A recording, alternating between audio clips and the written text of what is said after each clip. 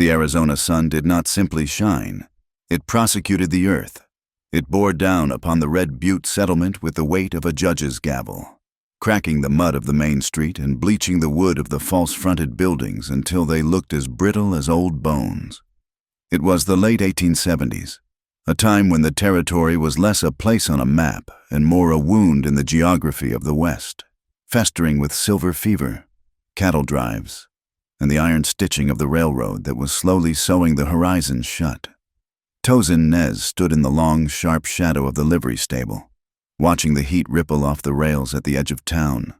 He was a tall man, with the broad, powerful shoulders of a warrior who had spent half his life drawing a bowstring and the other half lifting the burdens of survival.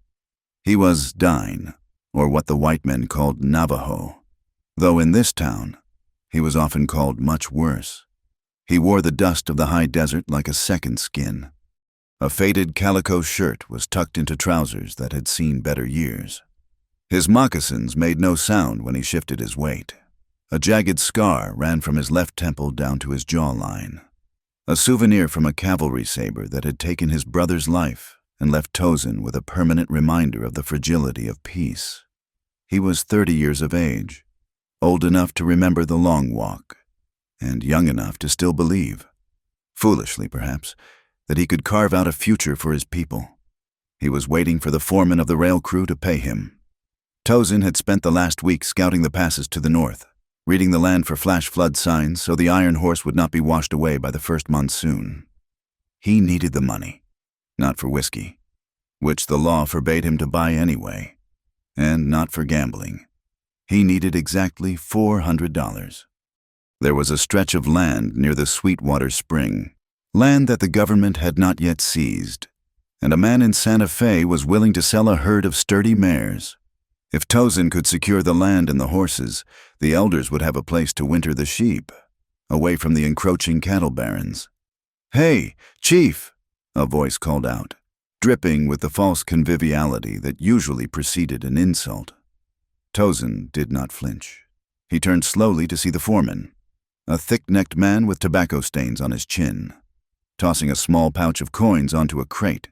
$8, the foreman said. "That is all the company authorized. Said an Indian scout ain't worth the full rate of a white tracker." Tosin looked at the pouch. The agreement had been for $15. He looked up at the foreman, his eyes dark and unreadable. "The agreement was $15, Tosin said, his English clear, shaped by years of forced interaction with soldiers and traders. "Take it or leave it," the foreman spat, turning his back. "Be glad you ain't run off for loitering." Tosin took the pouch. He did not argue. To argue was to invite the sheriff, and the sheriff belonged to men with more money than Tosin would ever see. He slipped the coins into his pocket, feeling the lightness of them, a reminder of how light the word of a white man could be. He walked away, his spine stiff, ignoring the eyes that followed him, eyes filled with suspicion, fear, and a strange, gnawing hatred for something they did not understand. 3 streets away, the air in the small, whitewashed schoolhouse was stifling. Evelyn Hart sat at her desk, her fingers stained with chalk, watching the dust motes dance in the shafts of afternoon light. She was 22 years of age, a woman grown, though the town treated her as if she were made of porcelain and scripture. The preacher's daughter, the Virgin of Red Butte. The titles clung to her like the high collar of her dress, choking and restrictive. She had arrived from the East 6 months ago, following her father, Reverend Thomas Hart, who felt called to save souls in this God-forsaken patch of red dirt. Evelyn pushed a stray lock of honey-colored hair behind her ear. The children had gone home an hour ago, leaving the room silent save for the buzzing of a bottle flying against the window pane. On the surface, Evelyn was everything the town wanted her to be: pious, gentle, and softly spoken. But beneath the bodice of her sensible dress, her heart beat with a rhythm that was entirely unsuited for a minister's daughter. She opened the bottom drawer of her desk and pulled out a leather-bound book. It was not a Bible. It was a sketchbook. Inside, charcoal lines swirled with wild energy. She did not draw angels or flowers. She drew the jagged spine of the Red Mountains, She drew the twisted anatomy of a dead juniper tree. She drew, from memory and distance, the domed shape of a Navajo hogan she had seen on the horizon, with smoke curling from its center. She drew the things that were wild and free, perhaps because she was neither. She was adding shading to the slope of a canyon wall when the door creaked open. Evelyn slammed the book shut and shoved it into the drawer in one fluid motion, her heart leaping into her throat. "Working late, Miss Hart." It was Mason Crowell. Evelyn stood up, smoothing her skirt, forcing a polite smile onto her face. "Mr. Crowell, you startled me." Mason Crowell filled the doorway. He was a wealthy man, owning the largest cattle ranch in the territory and holding a silent partnership in the railroad expansion. He was handsome in a heavy, carnivorous way, with silvering hair and a suit that cost more than the church building itself. He smelled of bay rum, expensive cigars, and something metallic like blood that had dried on a coin. "I apologize," Mason said, stepping into the room. He did not remove his hat immediately. A subtle dominance. "I was speaking with your father about the repairs to the church roof. He mentioned you were still here. A woman of your delicate nature should not be out alone so close to sundown. I am quite capable of walking home." "Mr. Crowell," Evelyn said, her voice steady, though her skin crawled. Mason looked at her not as a person, but as an acquisition. He looked at her the way he looked at a prize heifer or a deed to a water source. To him, her virtue was not a spiritual state. It was a commodity that would polish his reputation if he were to acquire it. "Of course," Mason smiled, stepping closer. "But the desert is full of dangers. Coyotes, snakes." His eyes dropped to her lips, then back to her eyes. "Savages." Evelyn held his gaze. "I have found that often the most dangerous things in this world, Mr. Crowell, wear suits and speak English." Mason's smile tightened, the charm stretching thin over the steel beneath. "You have a sharp tongue. Evelyn, I like that. It will make taming you a pleasure." He laughed then, as if it were a joke, but Evelyn felt the chill of it settle in her marrow. He tipped his hat finally. "Good evening, Miss Hart. Give my regards to the Reverend." When he left, Evelyn sank back into her chair, her hands trembling. She felt like a bird that had just realized the cage door was open, but a hawk was circling directly overhead. That evening, the twilight turned the sky into a bruised purple. Evelyn had stayed late at the church to arrange the hymnals for Sunday service. Her father was dining with the mayor, leaving her to drive the small buggy home alone. The horse, a gentle mare named Bess, plodded along the familiar track, instead of taking the main road. Evelyn turned Bess down the old wash trail. It was a dry creek bed, a scar in the earth that only ran with water during the violent summer storms. It was a shortcut that shaved 20 minutes off her journey. And tonight, she just wanted to be home, behind a locked door. The air was cooling, the scent of sagebrush rising sharp and clean. Evelyn relaxed slightly, the tension of Mason's visit fading. Then she heard voices. She pulled on the reins, bringing Bess to a halt behind a thicket of mesquite. The voices were low, angry, carried on the still desert air. "I told you the count was short." "It ain't short. Boss, that is the whole payroll." Evelyn peered through the branches. About 50 yards away, near the bank of the dry river, 2 men were digging. A lantern sat on a rock, casting long, dancing shadows. She recognized the hulking silhouette of the sheriff, a man whose belly hung over his gun belt, and standing over him, smoking a cigar, was Mason Crowell.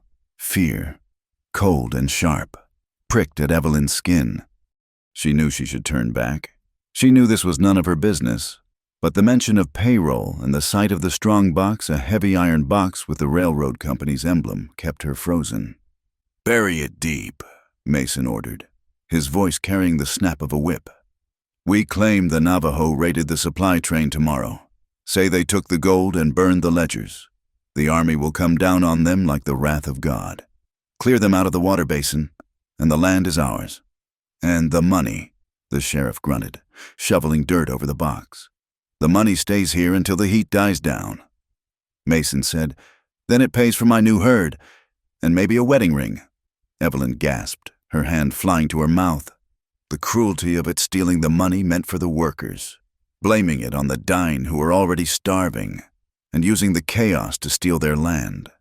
And the mention of the wedding ring made bile rise in her throat. She needed proof. Her word against Mason Crowles would be laughed out of town. With trembling hands, she reached into her bag and pulled out her sketchbook and a piece of charcoal. The moonlight was faint, but the lantern provided a beacon. She couldn't draw their faces in the dark, but she could draw the location. She sketched the distinct shape of the split rock that loomed over the burial site, the way the dry creek bent like a snake's spine, and the 3 dead ironwood trees that stood like sentinels behind them. She sketched frantically, the charcoal scratching softly against the paper. "What was that?" Mason's voice cut through the dark. Evelyn froze. Bess shifted her weight, the harness jingling softly. "Just a coyote," the sheriff said, patting the dirt down with his shovel. "Check it," Mason commanded. Panic seized Evelyn. She shoved the book into her bag and snapped the reins. "Hiya," she whispered urgently. Bess lunged forward, but in Evelyn's haste, she steered the buggy too close to the soft, sandy edge of the wash. The right wheel dipped, skidded, and then sank deep into a hidden badger hole or a soft patch of sand. The buggy lurched violently. Throwing Evelyn against the side rail, the wheel was stuck. "Someone's there!" Mason shouted. A gunshot cracked through the air, wide and wild, meant to frighten. Evelyn scrambled out of the buggy, her boots sinking into the sand. She grabbed the wheel spokes, pulling with all her strength, her breath coming in short. Terrified gasps. Come on," she pleaded. The sound of galloping horses approached from the direction of the dig site. They were coming. Suddenly, a shadow detached itself from the darkness of the canyon wall. It wasn't one of Mason's men. It moved too quietly. A hand, large and warm, covered hers on the wheel spoke. Evelyn cried out, pulling back, but the figure didn't grab her. He grabbed the buggy. "Push," a deep voice commanded. It was a voice like grinding stones, rough but steady. Evelyn looked up. In the pale moonlight, she saw the scar. The Navajo scout, Tozin. She didn't ask where he came from. She didn't scream. She threw her shoulder against the wood. Tozin braced his back against the buggy, his muscles bunching under his shirt. With a grunt of exertion that sounded like a growl, he heaved. The buggy groaned, the sand sucked and popped, and then the wheel was free. "Go," Tozin said, stepping back into the shadows immediately. Evelyn scrambled back into the seat. She looked down at him. He was standing by the wheel, his chest heaving slightly. His eyes were black obsidian, reflecting the moon. He looked at the buggy, then looked back toward the wash where Mason was. He knew where she had come from. "Thank you," she whispered, her voice shaking. "Ride, schoolteacher," he said, his tone devoid of warmth. "Before they see you." Evelyn snapped the reins, and Bess took off, galloping toward the lights of the town. Tozin watched her go. He had seen the charcoal smudges on her fingers. He had seen the terror in her eyes, and he had seen Mason Crowell's men riding up the ridge. He stepped quietly behind a large boulder, blending into the landscape as only he could. He watched Mason's men stop at the tracks, confused, losing the trail in the dark. He knew trouble was coming, not just the storm clouds gathering over the peaks, but a storm of blood and greed. And somehow, that white woman with the honey hair was right in the center of it. Evelyn arrived at the parsonage breathless. She stabled Bess with trembling hands and rushed inside, locking the door behind her. Her father, Reverend Hart, was sitting by the fire, reading a scripture. He looked up, his face stern but not unkind. He was a man who believed in order, and his daughter's disheveled appearance disturbed that order. "You are late, Evelyn," he said, closing his Bible. "And you look as though you have seen a ghost." The road was dark, Father," she lied, clutching her bag where the sketchbook lay hidden. "I had trouble with the wheel. You need a husband to look after you." The Reverend sighed. standing up to pour tea. "I spoke with Mason Crowell today. He is a good man, Evelyn, a stable man. He wishes to call on you properly on Sunday." Evelyn felt the blood drain from her face. The image of Mason standing over the grave of the Strongbocks, planning murder and theft, flashed in her mind. "He is not who you think he is." "Father," she whispered, "he is a pillar of this community." Her father snapped, his patience fraying. "And he can provide for you. Do not let your foolish romantic notions of adventures in storybooks ruin your future. You are a preacher's daughter. You must set an example." Evelyn bit her lip. Tasting iron. She realized then, with a sinking clarity, that she was alone. Her father saw the world through the lens of his sermons, where authority was God-given. He would never believe Mason was a criminal based on the word of a daughter he still viewed as a child. She excused herself and went to her room. She lit a kerosene lamp and pulled out the sketchbook. Her hands were still shaking. She turned to the page. The charcoal lines were hurried. Frantic, but accurate. The split rock, the dead trees, the exact spot where the money and the truth was buried. She was holding a bomb, and she didn't know how to defuse it. Miles away, on the edge of the reservation land, Tozin sat by a small fire. He was cleaning his rifle, the metal gleaming in the firelight. An elder, Hastian Begay, sat across from him, wrapping a blanket around his thin shoulders. "The wind brings bad words," the old man said in Dain. "The white men are moving again," Tozin replied in his own tongue, though his mind was thinking in English. "I heard the foremen talking. They say the water rights are being reviewed. They say the boundary markers might be wrong. They want the spring." The old man nodded, his face a map of wrinkles. "If they take the spring, the sheep will die. If the sheep die, the people scatter." Tozin tightened his grip on the rifle stock. "I need to buy the horses. If we have horses, we can move the herd to the high mesa. We can survive." "You are short of money," the old man observed. "Yes," Tozin admitted. "But I will find a way." He thought of the strongbox he had sensed rather than seen. He had followed the heavy wagon tracks of Mason's men earlier that day. He knew they had buried something heavy. He hadn't known what, until he saw the school teacher fleeing from that exact spot. She knew. The white woman with the eyes that looked at him with curiosity instead of hate. She knew where the leverage was.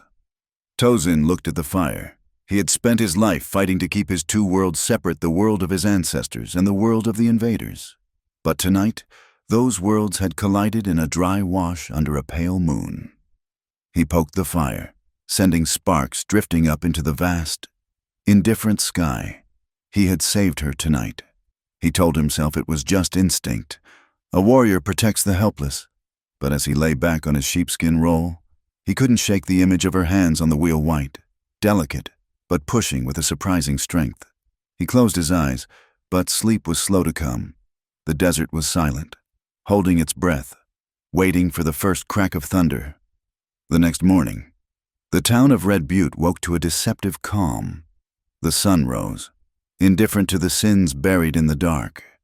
Evelyn walked to the schoolhouse, her sketchbook pressed tight against her ribs beneath her shawl. Every time she passed a man in a suit, she flinched. Tozin rode his paint horse along the ridge overlooking the town. He watched the dust rise from the hooves of Mason Crowell's cattle. He saw the sheriff standing on the porch of his office, cleaning his nails with a knife. And he saw the schoolteacher, a small figure in blue, walking through the dust. The stage was set. The actors had taken their places, and in the silence of the morning, the fuse was already burning toward the powder keg. 3 days later, the sky over Red Butte turned the color of a bruised plum. The air grew heavy and still, pressing down on the valley floor until the sagebrush seemed to hold its breath. Evelyn Hart stood by the livery stable, adjusting the bonnet that framed her pale, determined face. She was accompanying Sister Beatrice, a stout woman with a face like a dried apple and a heart full of stubborn charity, on a supply run to a small mission outpost nestled near the foothills of the Red Mountains. It was a fool's errand in this weather, and Evelyn knew it. But the walls of the town had begun to feel like the bars of a cage, and the memory of the strongbox buried in the wash haunted her sleep. She needed distance. Mason Crowell was there to see them off. He leaned against a wooden post, picking his teeth with a silver toothpick. He wore a long duster coat that flapped lazily in the rising wind. "You are a brave woman, Miss Hart," Mason said, his voice smooth as oiled leather. "Heading out toward Navajo country with clouds like that hanging over the peaks. I admire your spirit, even if I question your judgment." "Sister Beatrice needs help with the reading lessons," Evelyn replied, keeping her gaze fixed on the harness of the led mule. "And the children there have nothing?" "They have their superstition and their savagery," Mason countered, stepping closer so only she could hear. "But go. See them for what they are. Perhaps when you return, you will appreciate the safety of a civilized home." "My home?" Evelyn shivered, though the heat was stifling. "We will be back before sundown tomorrow, Mr. Crowell." "Safe travels," he said, tapping the brim of his hat. His eyes were cold, devoid of the warmth his smile promised. "Watch the ridges. Accidents happen in the canyon." As the wagon lurched forward, rumbling over the hard-packed earth, Evelyn glanced back. Mason was still watching, a dark statue against the graying sky. She clutched her satchel to her chest. Inside, wrapped in oilcloth, was the sketchbook. She dared not leave it in the parsonage. It was the only evidence she had, and it felt as heavy as a stone against her ribs. The journey was uneventful for the first 2 hours. The wagon rattled through the open desert, kicking up dust that coated Evelyn's throat. Sister Beatrice hummed a hymn, oblivious to the tension radiating from the younger woman. But as they entered the narrow throat of Painted Canyon, the world changed. The canyon walls rose up like the jagged teeth of a predator, shutting out the remaining light. The temperature dropped sharply. Thunder rumbled, not from above, but echoing through the rock, sounding like the growl of a subterranean beast. "It is raining in the high country," Sister Beatrice observed, looking up at the sliver of sky. "We must hurry. The wash runs through here." "Yeah," the driver, a nervous boy named Thomas, shouted, cracking his whip over the mules. Then, the first shot rang out. It cracked against the canyon wall, sending a shower of shale raining down onto the wagon roof. Thomas screamed as a bullet splintered the wood of the driver's seat, missing his leg by inches. "Bandits!" Thomas yelled, hauling on the reins. "Get down!" Evelyn shouted, grabbing Sister Beatrice and pulling her to the floorboards of the wagon. 3 figures appeared on the ridgeline above them. They were wrapped in blankets, their faces obscured by paint and cloth. They moved with the chaotic aggression of outlaws, but they wore turquoise and silver that caught the dull light, a deliberate, theatrical display of Navajo attire. "Navajo!" Sister Beatrice gasped, clutching her rosary. "God save us!" Evelyn peeked over the rim of the wagon bed. Something was wrong. The men were shooting to scare, herding the wagon toward the lowest part of the canyon floor, right where the dry creek bed lay waiting. Real Navajo raiders would have killed the mules first to stop the vehicle. These men wanted a crash. "They are driving us into the wash," Evelyn realized with horror. Before she could shout a warning to Thomas, a roar drowned out the gunfire. It sounded like a freight train tearing through the earth. Flash flood. It came around the bend of the canyon, a wall of brown muscle, churning with uprooted trees, boulders, and thick mud. The rain that had fallen miles away in the mountains had gathered its strength and was now screaming down the funnel of the landscape. Turn the wagon!" Evelyn screamed. It was too late. The lead mule panicked at the sight of the water and the sound of the rifles. The wagon jackknifed. With a sickening crunch of wood and metal, it tipped over, sliding down the embankment directly into the path of the oncoming deluge. Evelyn was thrown clear of the seat. She hit the wet earth hard, the air driven from her lungs. For a second, all was black. Then the cold, violent water seized her. It was not like swimming. It was like being beaten by 1,000 hammers. The water was thick with silt, blinding and suffocating. Evelyn thrashed, her heavy skirts becoming anchors that dragged her down. She tumbled over rocks, her body slamming against debris. She gasped for air and swallowed mud. She caught a glimpse of the wagon being pulverized against a canyon wall. Sister Beatrice and Thomas were gone, swallowed by the brown snake. Evelyn grabbed at a submerged root, her fingers tearing, but the current ripped her away. She was swept toward a cluster of jagged rocks that jutted out like knives. Above, on the high ridge, Tozin Nez watched the devastation through the sights of his Winchester rifle. He had been tracking the three men since they left the perimeter of Mason Crowell's ranch. He knew they were not dying. They rode like white men, heavy in the saddle, and they shot like cowards. He saw the wagon overturn. He saw the woman in the blue dress, the schoolteacher, being tossed like a rag doll into the flood. He did not think. The code of his ancestors, the warrior's path that demanded the protection of life, overrode the caution that had kept him alive this long. Tozin slung his rifle across his back and launched himself down the steep scree slope. He moved with the fluidity of a mountain lion, sliding amidst a cascade of loose stones. He reached the edge of the roaring water just as Evelyn was swept past. She was caught. Her dress had snagged on a dead ironwood branch wedged between two boulders in the middle of the torrent. The water pummeled her, rising over her head, drowning her. Tozin dove in. The cold was a shock that stopped his heart for a beat. The current grabbed him, trying to smash him against the stone. But he fought it. He swam with powerful strokes, angling his body against the flow.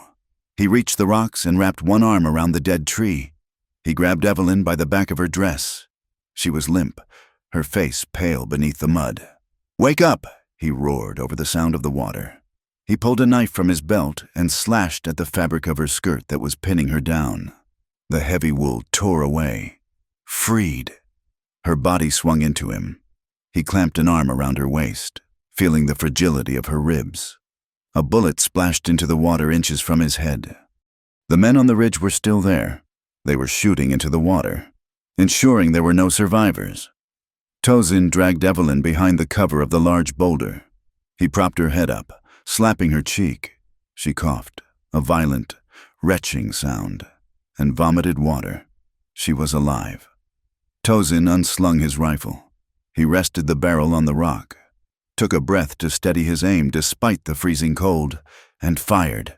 One of the men on the ridge cried out, clutching his thigh. The others scrambled for cover. They had expected helpless victims, not return fire from a marksman. "Move back," one of the attackers shouted. "The flood will finish them." They retreated from the edge, disappearing behind the rocks, unwilling to risk their lives for a job the water seemed to be completing for them. Tozin looked down at the woman in his arms. Evelyn was shivering violently, her eyes rolling back in her head. Her dress was ruined, the bodice torn, revealing the bruising on her chest where she had struck the rocks. And there, clinging to the wet, shredded remains of her pocket, was the oilcloth package. It had torn open. The sketchbook inside was soaked, but the charcoal was oil-based and stubborn. A page had flapped open, plastered against her wet thigh. Tozin froze, even in the dim light. Amidst the chaos, he recognized the shapes, the split rock, the three dead trees, the bend in the dry wash. It was a map of the place where he had seen Mason Crowell's men digging 3 nights ago. Understanding hit him like a physical blow. This was not a robbery. This was a cleanup operation. The schoolteacher wasn't just a victim of bad luck. She was a loose end. She had seen something, recorded it, and Mason Crowell had sent his dogs to drown the evidence and the witness in one stroke. The water was beginning to recede, but the danger was rising. "We cannot stay here," Tozin growled. He holstered his rifle and lifted Evelyn into his arms. She was dead weight, cold as river stone. He could not take her back to Red Butte.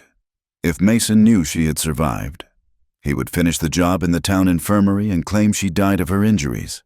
And if the sheriff saw Tozin with a half-dead white woman, the noose would be ready before Tozin could speak a word of defense. He looked up toward the high cliffs. There was a place, a hunting shelter, hidden in a fissure of the red rock, invisible from below. With a grunt of effort, Tozin began the climb. He carried the burden of the white woman, the heavy secret of her sketchbook. and the knowledge that he had just declared war on the most powerful man in the territory. The climb took an hour that felt like a lifetime. The rain stopped, leaving a silence that was louder than the thunder. By the time Tozin reached the hogan, a small structure built into a shallow cave. Walled with stacked stone and logs, night had fallen completely. He laid Evelyn on a pile of sheepskins near the fire pit.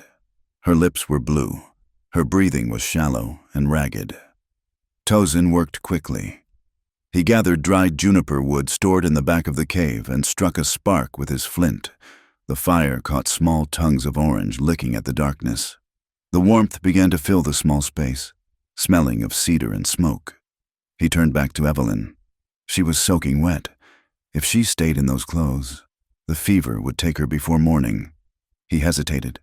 To touch a white woman was forbidden by the unwritten laws of the territory. To undress one was a death sentence, but to let her die was a violation of his own soul. "Forgive me," he whispered in dying. He reached for the buttons of her sodden bodice. His fingers, calloused and scarred from war, were surprisingly gentle.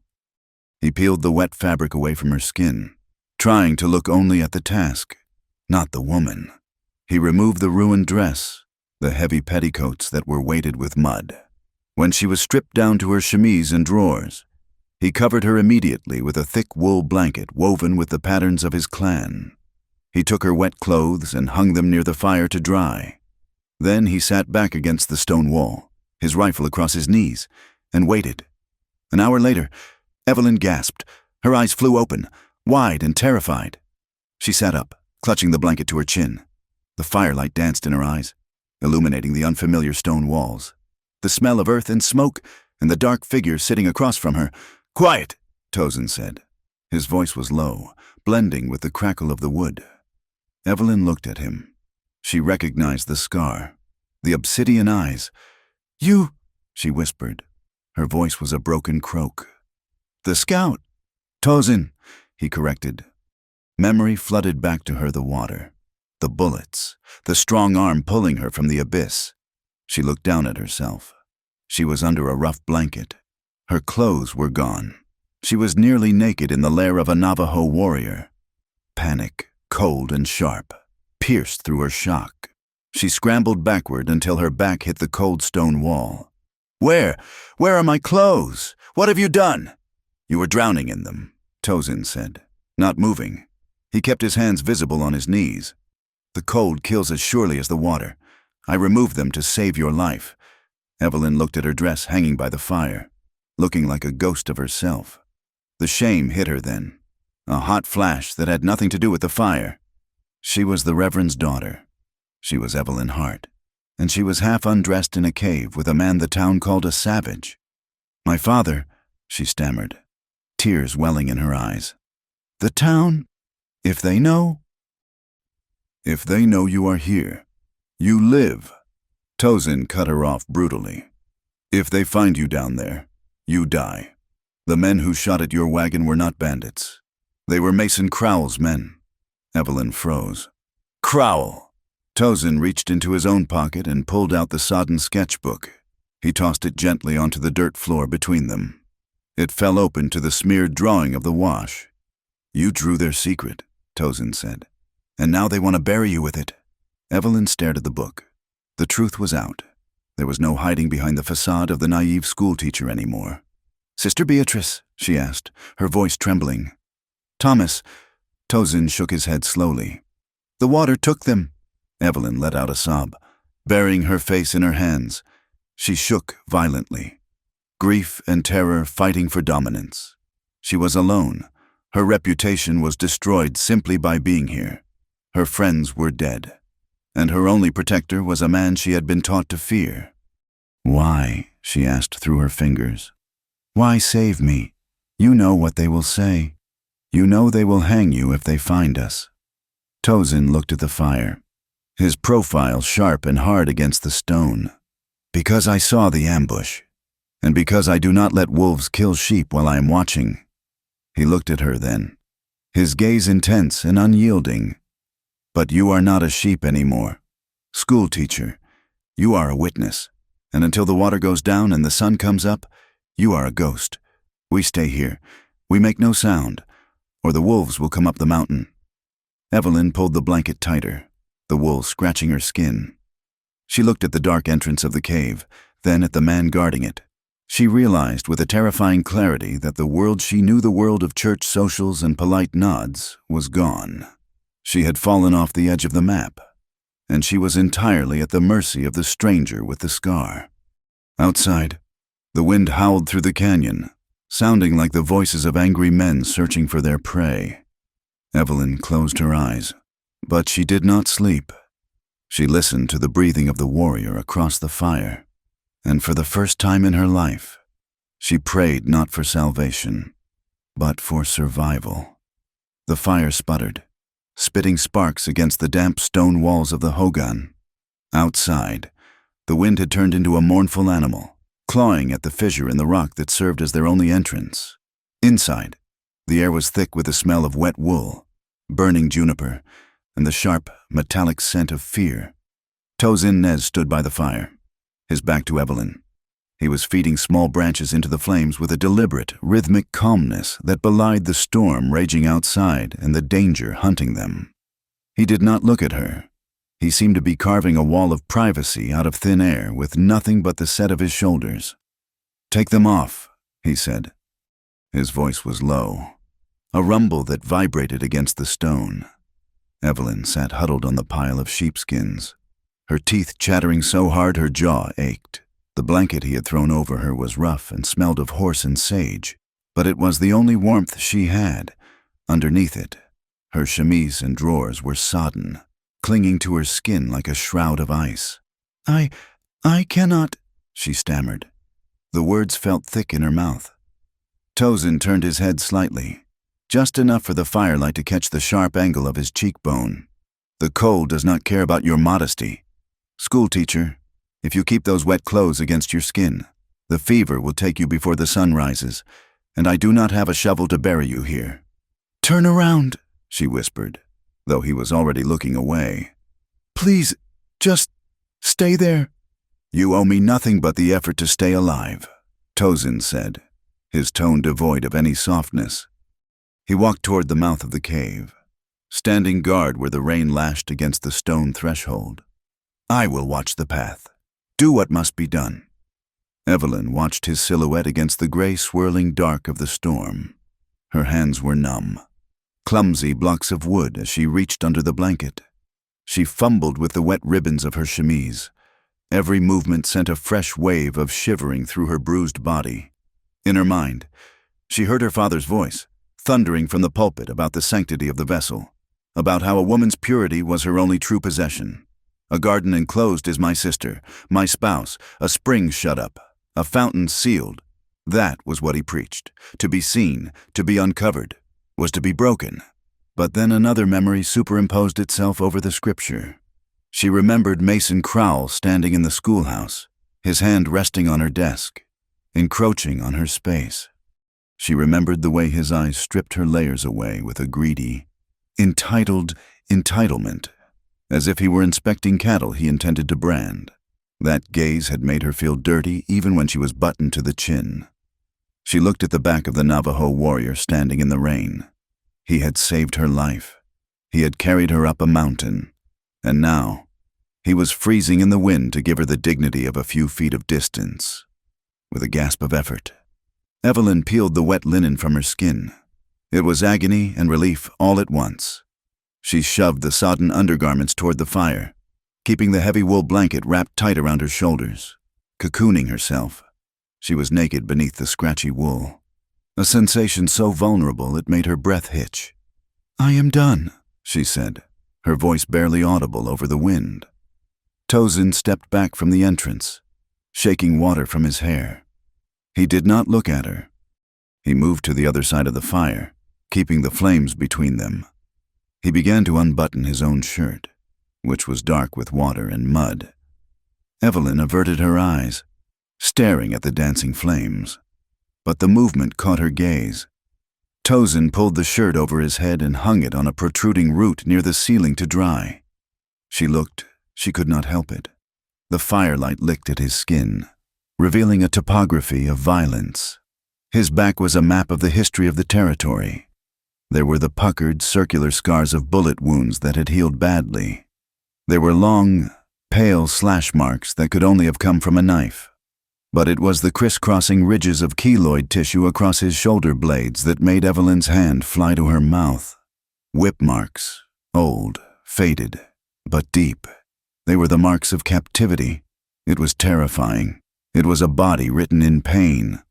Yet, as he rolled his shoulders to work out the stiffness, Evelyn saw the muscle moving beneath the scars.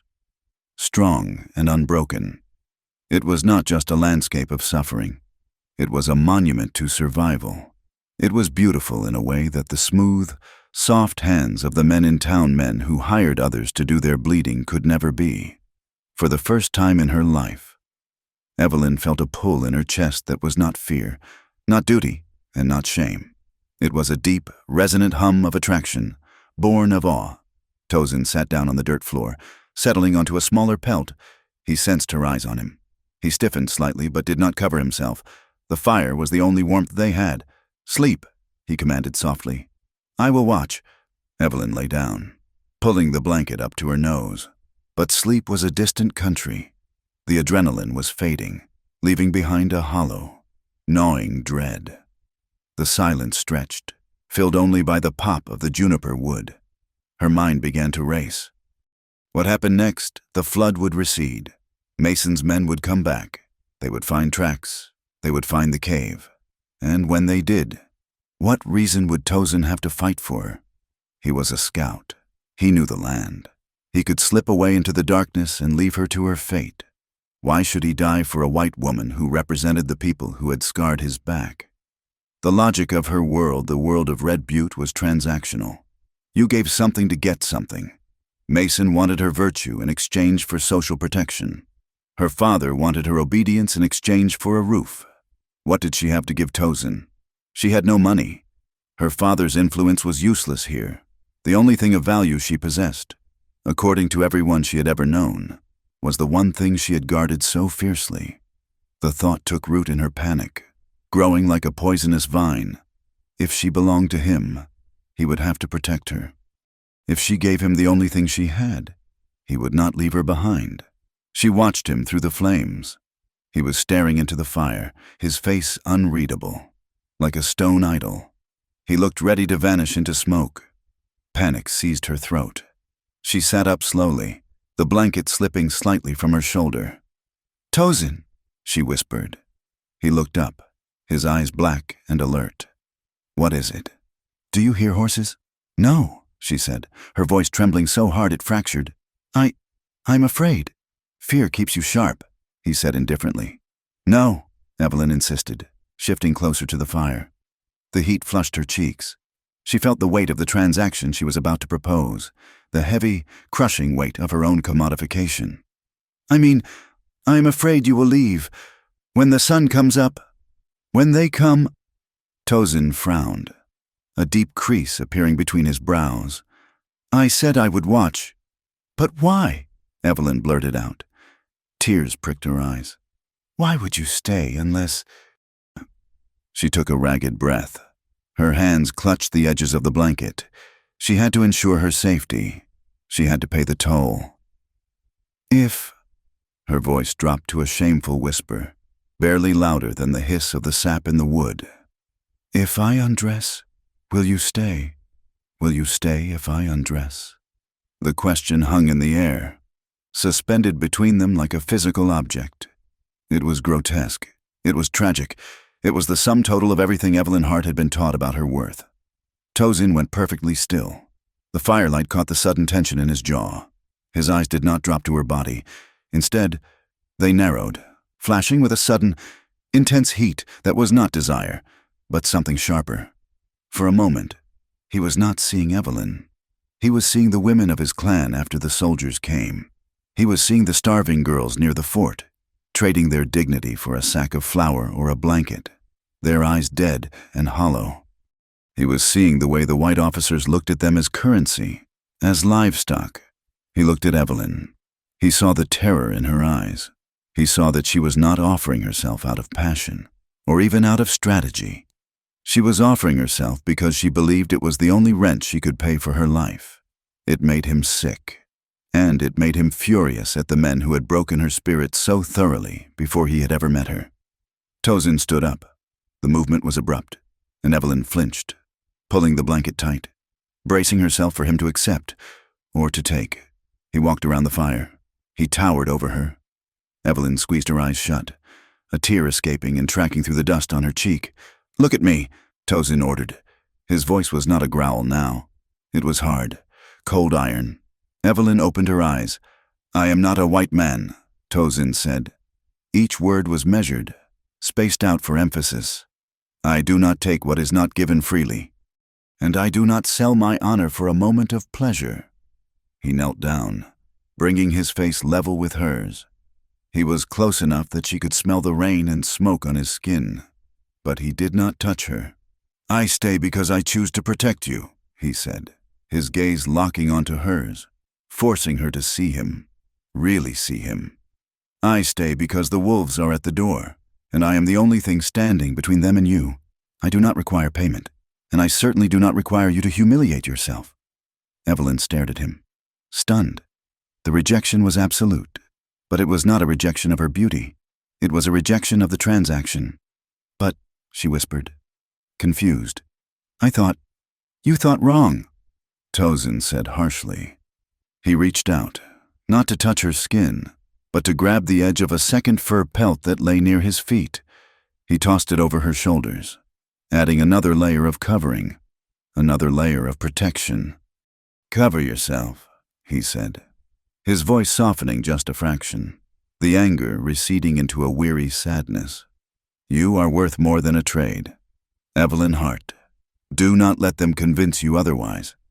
He turned his back on her again, returning to his spot across the fire. Evelyn sat frozen for a heartbeat. Then, the dam broke. She did not cry out. She curled into a ball beneath the heavy furs and wept. "Great!" Heaving sobs shook her body. She cried because of the terror of the flood. She cried for Sister Beatrice.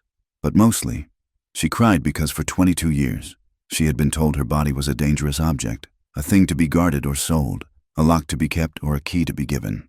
And here, in a dirty cave on the edge of the world, a man with scars on his back had just told her she was a human being. He had refused to use her, and in doing so, he had given her back to herself. The crying lasted a long time. Tozin did not speak. He did not tell her to hush. He simply fed the fire, letting the light push back the dark, letting her grief exhaust itself. Eventually, the silence returned. It was a softer silence now.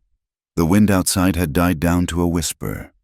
"You cannot sleep," Tozin said quietly, staring into the embers. "If you sleep now, the shock might stop your heart. We must talk." Evelyn sniffed, wiping her face with the edge of the blanket. She felt raw, hollowed out, but strangely clean. "Talk about what?" "Anything," Tozin said. "Tell me why a minister's daughter is drawing maps of buried money." Evelyn shifted, pulling her knees to her chest. "I didn't know what it was at first. I draw things, to remember them." "A dangerous habit," Tozin noted. "What about you?" Evelyn asked, her voice raspy. She looked at his back again. "Those marks, on your shoulders. Was it the war?" Tozin touched his shoulder absently. "The war. And what came after?" He paused. He usually did not speak of these things to anyone. Certainly not to a Beligana, a white person, but the air in the cave felt separate from the world below. They were two ghosts haunting a mountain. "My brother," Tozin began, his voice distant. "He was a singer, a medicine man. He did not carry a rifle. When the soldiers came to the canyon, they did not care. They wanted us to walk to the Bosque Redondo. A long walk, hundreds of miles. I have heard of it," Evelyn whispered. "The townspeople called it the relocation. My brother refused to leave the sick behind." Tozin continued. "The soldier, a sergeant with yellow hair. He did not like being told no by an Indian." Tozin's hand tightened into a fist on his knee. "I tried to stop him. That is how I got the scar on my face. The whip. That was for my brother." They made me watch while they whipped him. Then they shot him." Evelyn covered her mouth, horror flooding her veins. "I am so sorry." "I was 18, Tozin said. "I learned then that the law you people speak of, it does not apply to us. It is a fence. It keeps you safe inside, and it keeps us out." He looked at her across the fire. "That is why I need the land, the water, if we have a deed, a piece of paper with a government stamp. Maybe the fence will protect us too." "That is why you scout for them," Evelyn realized. "For the money." "I walk between two fires." Tozin nodded. "Dine called me a traitor because I took the army's coin. The army calls me a dog because I am Dine. I belong nowhere." "I know that feeling," Evelyn said softly. Tozin looked skeptical. You are the golden daughter of the town." "I am a statue," Evelyn said bitterly. "I am the virgin. Do you know what it is like to be looked at only for what you haven't done, Mason Crowell? He told my father he wants to marry me. He didn't ask me. He told my father, as if he were buying a plot of land." She stared at her hands. "I came west to be free. I read books about the frontier. I thought I could breathe here. But Red Butte is just a smaller cage with bigger bars." "The cage is only locked if you hold the key for them," Tozin said. "I tried to run," Evelyn admitted. "Tonight, going to the mission, I was running away from Mason, from my father. And look where it got me." "It got you alive," Tozin said firmly. "And it got you the truth." He picked up a stick and poked the fire, sending a shower of sparks upward. "Mason Crowell is sick. He eats the land. He eats the people. He thinks he can eat you, too." "He tried to kill me," Evelyn said, the reality settling in again. "Yes," Tozin said, "but you are hard to kill. You swim well for a statue." Evelyn let out a short, startled laugh. It sounded wet and fragile, but it was real. "I didn't swim. I failed." "Effective flailing," Tozin granted. A ghost of a smile touched the corner of his mouth, softening the harsh lines of his face. They sat in silence for a long time as the night deepened. The boundaries between them, race, culture, gender, were still there, vast and undeniable. But a bridge had been thrown across the chasm.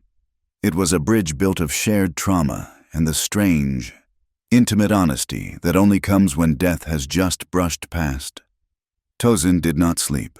He sat with his rifle across his lap, his eyes on the entrance. But every now and then, his gaze would drift to the woman curled up under the firs. She was no longer just a white woman to him. She was the one who had asked him to stay. And Evelyn, drifting in and out of a doze, watched him through her lashes. The fear was gone.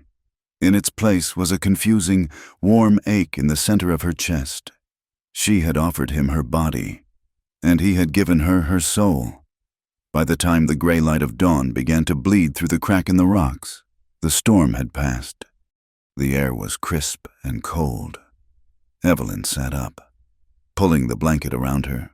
Her clothes, hanging by the dying fire, were dry now, stiff with mud, but dry. Tozin stood up and stretched, his joints popping. He picked up her dress and tossed it to her. "Get dressed. School teacher," he said. "The sun is up. We have a strong box to find." Evelyn caught the dress. She looked at him. The intimacy of the night hung heavy in the air. They had not touched, not really, but she felt closer to him than she had ever felt to anyone. "Tozin," she said, holding the ruined fabric. He paused. "Thank you," she said, "for staying." He looked at her, his expression guarded again, the warrior's mask sliding back into place, but his eyes were gentle. "Get dressed," he repeated. "We have a long ride." He turned his back to give her privacy, just as he had the night before, but this time, the distance between them didn't feel like a wall. It felt like a promise kept. The morning sun was hard and bright, bleaching the color from the stone landscape as Tozin and Evelyn descended from the high ridge. They moved in silence, the gravity of the night before settling into a grim resolve. The storm had washed away the tracks of the ambush, but it had not washed away the danger.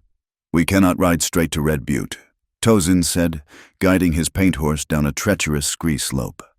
Evelyn sat behind him, her arms wrapped tentatively around his waist. The horse was strong, but carrying 2 riders through rough country was slow work. "If Mason Crowell sees us without proof, the sheriff will shoot me before I dismount, and you will be locked away in your father's house until you forget what you saw." "The strongbox," Evelyn said, her cheek resting against the rough fabric of his shirt. "We have to get it." "Yes," Tozin agreed. "But first, we need water, and I need to know if the soldiers are patrolling the wash. We go to the camps." They rode south, away from the white settlement, deeper into the fractured canyons that constituted the border of the Navajo lands. For Evelyn, it was like crossing into another world. She had heard stories and church stories of savagery, of heathens who worshipped rocks and stole children. Mason had painted them as wolves in human shape. What she found was a cluster of hogans built from cedar and packed land, blending so perfectly with the landscape that she didn't see them until dogs began to bark. Smoke curled lazily from the central vents. Sheep grazed on the sparse vegetation, tended by children who stopped their play to stare at the white woman clinging to the back of a warrior. Tozin stopped the horse in front of the largest hogan. An old woman emerged, her face a map of deep lines etched by sun and wind. She wore a velveteen blouse of indigo and a long skirt, heavy with silver buttons. Tozin spoke to her in their tongue, a fluid, breathy language that sounded like the wind moving through dry grass. He gestured to Evelyn, then to the north, then touched his own chest. The old woman's eyes, sharp and dark, settled on Evelyn. There was no hatred in them, only a weary curiosity. She beckoned them down. "This is Grandmother Azan," Tozin said to Evelyn as he helped her slide from the horse. "She will not harm you." Inside the hogan, it was cool and smelled of juniper smoke and wool. Evelyn sat on a sheepskin rug while the old woman examined the scrapes on her arms and the bruising on her face from the flood. Azan murmured softly, applying a paste that smelled of sage and pine pitch to Evelyn's cuts. The sting was sharp, then soothing. "She says you are too thin," Tozin translated, standing near the door, his rifle in the crook of his arm. "She says white people eat too much flour and not enough meat." Evelyn looked at the old woman, who was smiling now, offering her a piece of fry bread. "Thank you," Evelyn whispered. She took the bread, realizing with a pang of shame how wrong the sermons had been. This was not a den of monsters. It was a home, but not everyone was welcoming. A shadow fell across the doorway. A man entered, younger than Tozin, with a face hard with anger. He wore a headband of red cloth and glared at Evelyn as if she were a disease. "Kla!" Tozin nodded to him. Kla ignored the greeting. He spoke rapidly and dying, his voice rising, his hand chopping the air. He pointed at Evelyn, then at the horizon where the town lay. Tozin answered calmly, but his voice was steel. "What is he saying?" Evelyn asked, sensing the hostility. Tozin did not look at her. "He says I am bringing fire into the village. He says you belong to the people who starve us. He says if the soldiers come looking for you, they will burn this place down." Evelyn lowered the bread. Maybe he is right. I am a danger to them." Tozin turned to Kla and spoke one final sentence, low and final. Kla scowled, spat on the dirt floor, and stormed out. "He is right to be afraid," Tozin said, turning back to Evelyn. "But fear does not change what is right. We leave at sundown. We get the box, then we end this." The ride to the dry wash took place under the cover of a moonless night. The desert was a vast ocean of shadows, and the silence was absolute, save for the rhythmic thud of the horse's hooves and the cry of a distant owl. They reached the bend in the dry creek bed 2 hours after midnight. The landscape matched Evelyn's drawing perfectly, the split rock, the 3 dead ironwood trees standing like skeletal sentinels. "Here," Evelyn whispered, sliding off the horse. Her legs were trembling, not from the ride, but from the memory of the last time she was here. Tozin tethered the horse in a thicket of mesquite. He took a small shovel from his saddlebag borrowed from the village and began to dig where Evelyn pointed. The earth was packed hard, but the soil had been disturbed recently. Tozin worked efficiently, his breath hissing through his teeth. Evelyn kept watch, her eyes scanning the darkness, every shape looking like a man with a gun. Clank. Metal struck metal. Tozin fell to his knees and scraped away the remaining dirt. He pulled the heavy iron strongbox from the hole. It was locked, but Tozin did not need a key. He wedged the blade of the shovel under the lid and levered it with a grunt of exertion. The lock snapped with a loud crack. He threw the lid back. Inside, stacked neatly, were bundles of currency railroad payroll. But beneath the money lay the real treasure, a thick leather ledger and a sheaf of loose papers. Tozin grabbed the papers, tilting them toward the faint starlight. "Look," he said. Evelyn squinted at the handwriting. It was Mason Crowell's distinct, jagged scrawl. "It's a deed transfer," she whispered, horrified.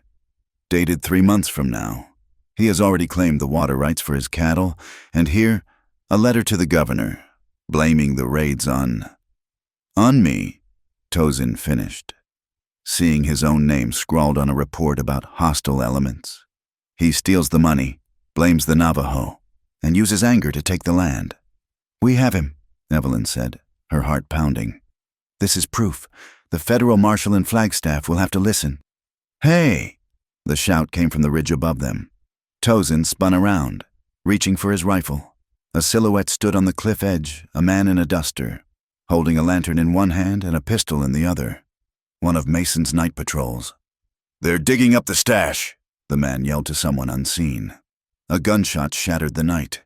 Dirt kicked up inches from Evelyn's boot. "Go!" Tozin roared. He grabbed the ledger and the papers, shoving them into his shirt, and hauled Evelyn toward the horse. More shots rang out, flashes of orange blooming in the dark like deadly flowers. Tozin threw Evelyn onto the horse's back and vaulted up behind her. He didn't wait for stirrups. He kicked the horse hard, and the animal surged forward, scrambling up the bank of the wash. "Stop them!" a voice screamed from behind. They galloped into the open desert. Bullets whined past them like angry hornets. Tozin leaned low over Evelyn, shielding her body with his own. She could feel his heart hammering against her back, a frantic drumbeat of survival. A sharp impact jerked Tozin's body. He grunted, a sound of surprised pain, and the horse stumbled momentarily before righting itself. "Tozin!" Evelyn screamed over the wind. "Ride!" he shouted, his voice tight. "Hold on to me!" Evelyn grabbed his waist, her fingers digging into his belt. They tore through the sagebrush, reckless and desperate. The shouts of the pursuers faded behind them, swallowed by the vastness of the night, but they did not slow down. After a mile, Evelyn felt something warm and wet seeping through the back of her dress. She looked down at her hands. They were slick with blood. "You're hit," she cried. "It is the shoulder," Tozin said. "It missed the bone. Keep riding." She pressed herself against his back, trying to stem the flow with the pressure of her body. The physical intimacy was overwhelming the heat of him, the smell of his sweat and blood, the way their bodies moved as one with the galloping horse. It was terrifying. Yet, in that chaos, she felt a fierce, primal protectiveness. She was no longer the fragile schoolteacher. She was his anchor. Dawn broke over Red Butte like a spilled yolk, yellow and sickly. The town was waking up to the sounds of roosters and the clatter of the first wagons. When Tozin and Evelyn rode down the main street, silence rippled outward from them like a wave. People stopped in their tracks. A woman dropped a basket of laundry. The blacksmith lowered his hammer. They stared. It was a sight that would fuel gossip for a generation. The Navajo scout, his shirt stained with dried blood, his face gray with exhaustion, and clinging to him, disheveled, her dress torn and dirty, her hair wild and uncovered, was Evelyn Hart, the Virgin of Red Butte. They did not look like heroes. They looked like fugitives. As they reached the front of the sheriff's office, the door banged open. Sheriff Miller stepped out, his hand resting on the butt of his Colt. Behind him, Stepping out of the shadows of the porch was Mason Crowell. Mason looked fresh, clean-shaven, and utterly composed. But his eyes, when they landed on the strongbox tied to the saddle, went hard as flint. "Get down! Indian!" the sheriff barked. 2 deputies appeared from the alleyway, shotguns raised. Tozin slid from the horse, his legs nearly buckling. He reached up to help Evelyn down, but the sheriff moved faster. He grabbed Tozin by the uninjured arm and slammed him against the hitching post. "No!" Evelyn screamed, sliding down and stumbling toward them. "He saved me. He is wounded." "Saved you!" Mason stepped forward, his voice loud, projected for the gathering crowd. "We have been searching for you for 2 days. Miss Hart. We found the wreckage of the wagon, poor Sister Beatrice, dead, and we assumed the savages who attacked the wagon had taken you too." "It was his men," Evelyn shouted, pointing a trembling finger at Mason. She reached into Tozin's shirt and pulled out the blood-stained papers. "He orchestrated the attack. We have the proof the ledgers are in the box." Mason shook his head sadly, looking at the crowd. "Poor girl, the shock has turned her mind. Or perhaps—" He looked at Tozin with disgust. "Perhaps it is Stockholm Syndrome, or something vile." "Arrest him," the sheriff ordered. The deputies threw Tozin to the ground, kicking his legs out from under him. Tozin did not fight. He was weak from blood loss, and he knew a struggle now would give them an excuse to shoot him dead right there in the street. "Charges?" a deputy asked, cuffing Tozin's hands behind his back. "Kidnapping," the sheriff announced loudly. "Murder of a nun, and robbery of the railroad payroll." "Liar!" Evelyn lunged at the sheriff, but her father, Reverend Hart, burst through the crowd. "Evelyn!" The Reverend grabbed her arm, pulling her back. His face was pale, a mask of horror and shame. "In the name of God, look at you." "Father, listen to me," Evelyn pleaded, holding up the papers. "Mason is a thief. Tozin saved my life. You were with him," Mason cut in, his voice dripping with false concern that masked a vicious accusation. "Alone for 2 nights," the crowd murmured. The sound was like dry leaves skittering on pavement. 2 nights, alone, with an Indian. Evelyn froze. She saw the look in the eyes of the women she taught Sunday school with. It wasn't a concern. It was judgment. Cold, absolute judgment. "He took me to a cave," Evelyn stammered, realizing too late how it sounded. "Because of the flood. He protected me." "Protected you," Mason repeated, letting the words hang in the air. He looked at her torn dress, her wild hair, the blood on her hands. "It looks to me, Miss Hart, like he used you, and now you are trying to save him because you are ashamed." "No," Evelyn cried. "He never touched me. He is a better man than any of you." "Take him to jail," the sheriff ordered. "We will hang him at noon tomorrow. Let the judge sort out the paperwork later." They hauled Tozin up. He did not look at the crowd. He looked only at Evelyn. His eyes were clear, calm, and devastatingly sad. He had warned her. He had told her that her truth would break against their hate. "Father, please." Evelyn turned to the Reverend, clutching his lapels. "Look at the papers. Look at the strongbox." Reverend Hart snatched the papers from her hand. He didn't read them. He crumpled them in his fist, his eyes filled with tears of humiliation. "Get inside the house. Evelyn, do not speak another word. You have shamed this family enough." "But he is innocent. He is a savage," her father hissed, shaking her. "And you are ruined. Do you hear them? Do you hear what they are saying?" Evelyn looked around. The whispers were audible now. She was with him, bedded down in a cave. The preacher's daughter and the buck. So much for the virgin. The title that had been her cage was now her brand. Mason walked up to the Reverend, placing a comforting hand on the older man's shoulder. He took the crumpled papers from the Reverend's loose grip smoothly, quietly taking back the evidence. "I will handle this, Thomas," Mason said softly. "I will make sure the strongbox is returned to the railroad, and we will see that justice is done for. Whatever happened to your daughter?" He looked at Evelyn then. A smile touched his lips, a smile of total victory. He had the money, he had the land, he had the girl's reputation in his fist, and the only man who could stop him was bleeding in a cell, waiting for a rope. "Take her home," Mason said. Evelyn watched as they dragged Tozin away toward the jailhouse.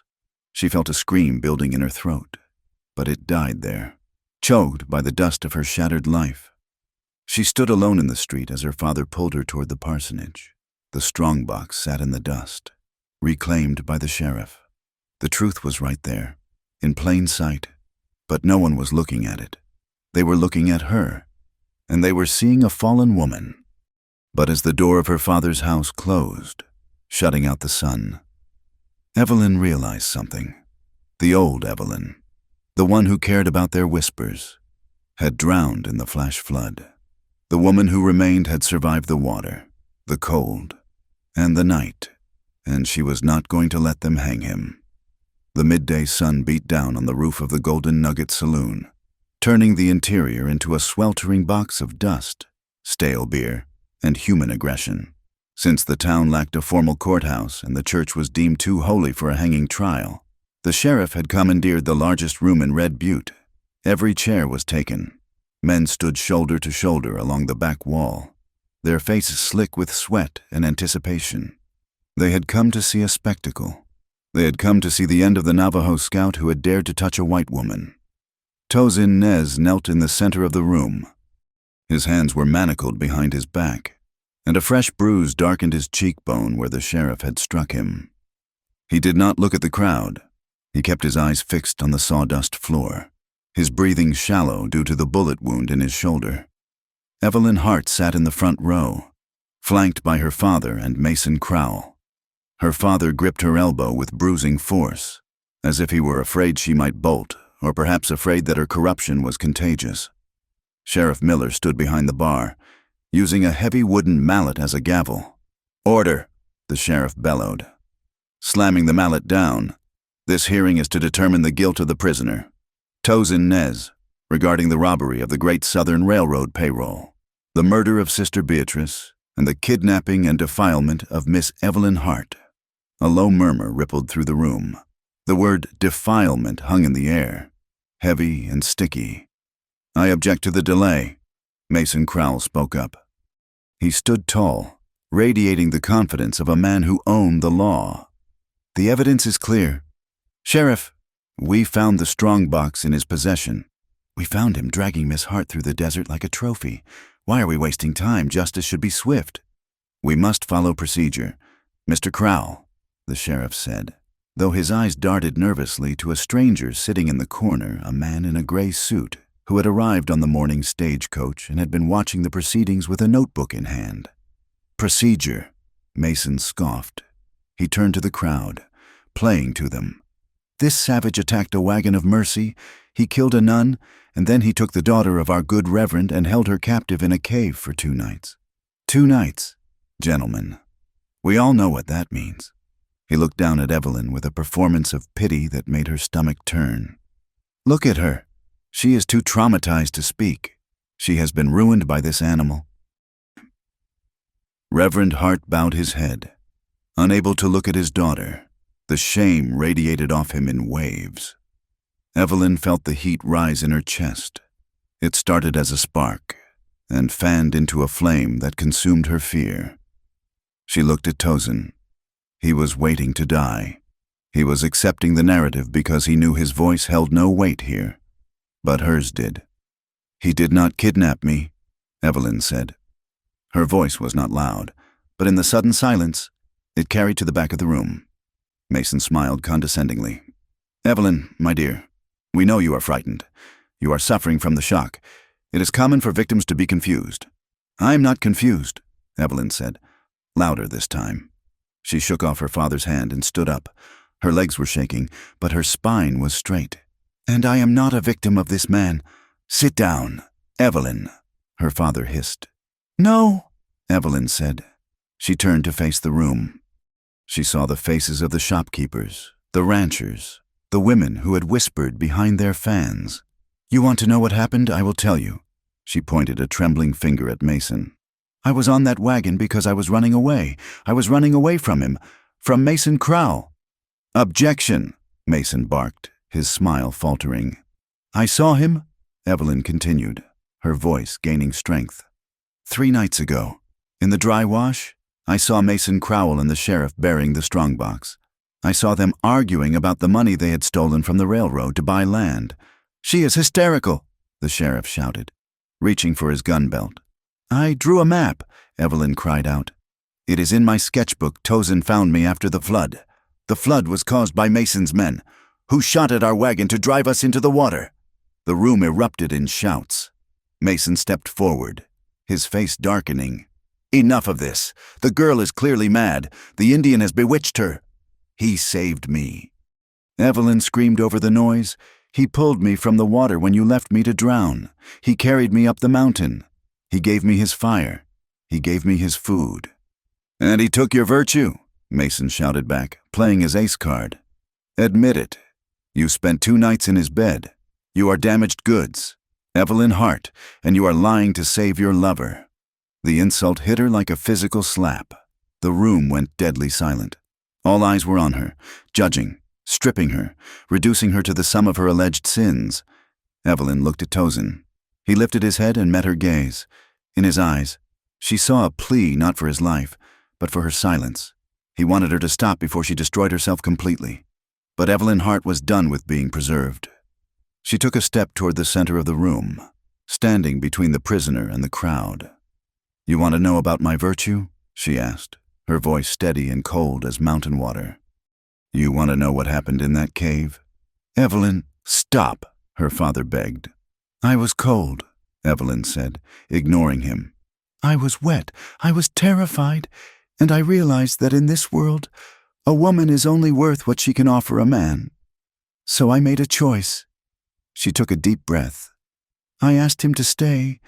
I was afraid he would leave me to the wolves, so I offered him the only thing you people say I have a value."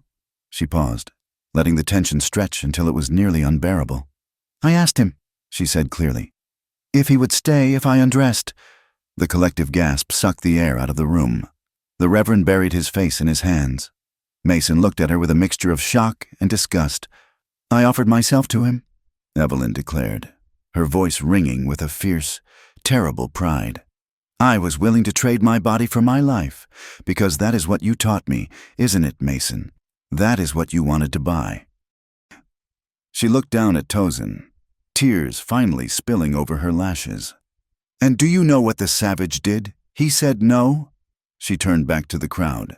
"He covered me with a blanket. He turned his back to give me privacy. He sat up all night with a rifle across his knees to protect me from the men you call citizens. He never touched me, not once, not without my consent." She wiped her face with the back of her hand. "I am still the virgin you prize so highly, but not because of my own virtue. I am intact because of his honor. He is a better man than any of you." For 10 seconds, absolute silence reigned. The narrative Mason had built was not just broken. It was incinerated. Then, the man in the gray suit stood up. "That is quite a testimony," the stranger said. His voice was calm, carrying an authority that cut through the heat. He walked over to the bar where the strongbox sat. "Who are you?" the sheriff demanded. "My name is Sterling," the man said. "I am an investigator for the Great Southern Railroad, and I believe it is time we opened this box." "That is evidence." Mason lunged forward, but Sterling was faster. He pulled a small crowbar from his coat he had come prepared and jammed it into the latch. With a sharp crack, the lid flew open. Sterling reached in. He did not pull out money. He pulled out the leather ledger. Well, Sterling said, reading the open page. "It seems Miss Hart is not the only one who keeps records. Here is a detailed account of funds diverted from the construction payroll. And here is a letter drafted to the governor, requesting the seizure of Navajo water rights based on falsified raid reports." He looked up, his eyes locking on Mason. "And it is signed by Mason Crowell." The crowd turned. The mood in the room shifted instantly from a lynch mob to a pack of wolves, realizing they had been led by a false alpha. "He is lying," Mason roared, backing away. "That is a forgery." The Indian planted it. The Indian cannot write in cursive script, Mr. Crowell, Sterling said dryly. Sheriff Miller, I suggest you arrest this man for grand larceny and conspiracy to commit murder. The sheriff looked at Mason, then at the angry crowd, then at the federal investigator. He took a step back, raising his hands. Now, hold on. I was just following reports. You are done, Miller, a rancher in the back shouted. We heard the girl. Mason Crowell looked around. He saw his power evaporating like water on a hot skillet. He saw the disgust in the eyes of the townspeople. He saw the Reverend looking at him with dawning horror. He was cornered. And a cornered animal bites. No, Mason snarled. In a blur of motion, he drew the heavy Colt Peacemaker from his hip. He did not aim at Sterling. He grabbed the person closest to him. Evelyn. He hauled her backward, jamming the barrel of the gun against her temple. Back off, Mason screamed. Back off, or I paint the wall with her. The room froze. The crowd scrambled backward, overturning chairs. Mason, let her go, Reverend Hart cried, stepping forward. But Mason cocked the hammer. Shut up, old man, Mason spat. This is your fault. If you had kept your daughter on a leash, none of this would have happened. She is ruined anyway. A nigger lover and a whore in spirit, if not in flesh. Tozin, still on his knees, saw the terror in Evelyn's eyes. He saw the finger tightening on the trigger. The deputy guarding him had stepped away in the confusion, distracted by Mason. Tozin did not hesitate. He ignored the pain in his shoulder. He surged upward, driving his legs into the floor. He wasn't trying to stand. He was trying to break. He twisted his body violently, slamming his manacled hands against the edge of a heavy oak table. It wasn't enough to break the chain, but the distraction was enough. Sterling, Tozin shouted. The investigator, who had kept his hand inside his coat, tossed a small ring of keys across the floor. It was a gamble. Tozin dove for them. Kill him! Mason shrieked at the sheriff. The sheriff fumbled for his gun, but the crowd was in the way. Tozin didn't have time for the keys. He used the momentum of his dive to roll, coming up behind the deputy's discarded shotgun leaning against the bar. He couldn't shoot it with his hands bound behind him, but he could use it as a club.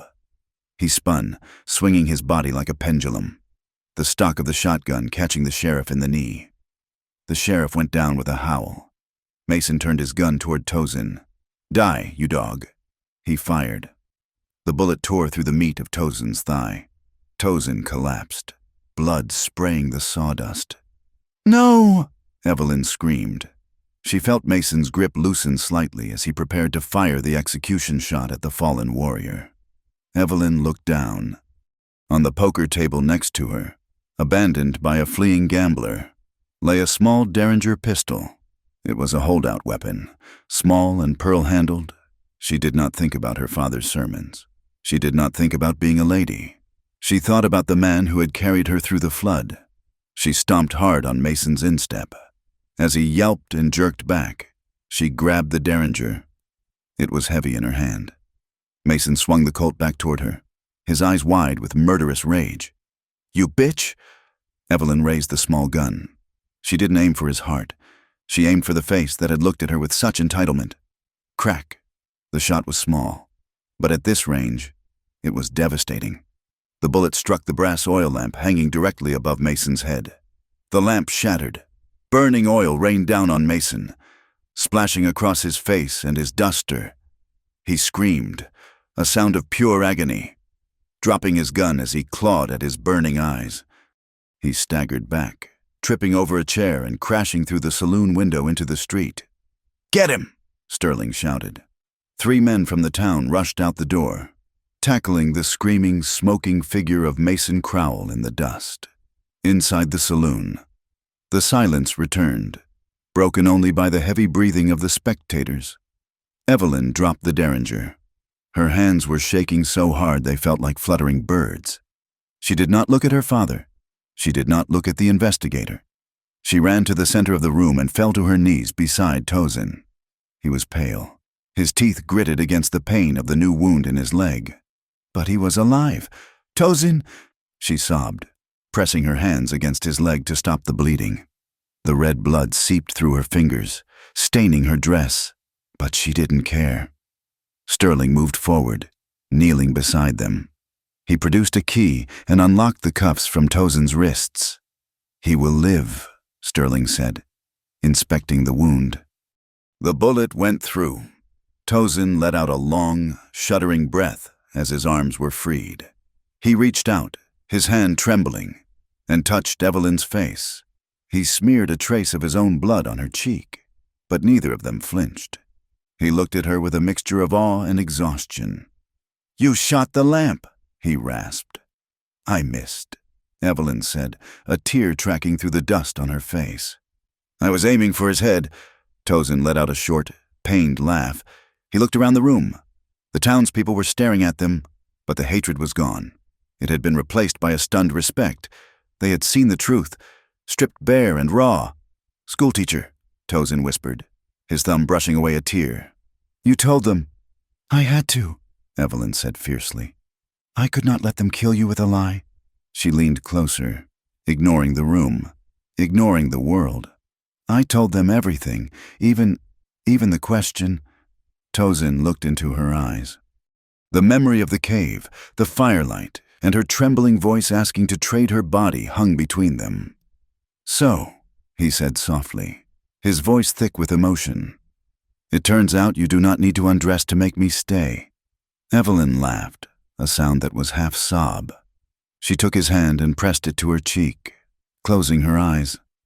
"No," she whispered, "just the truth. That was enough."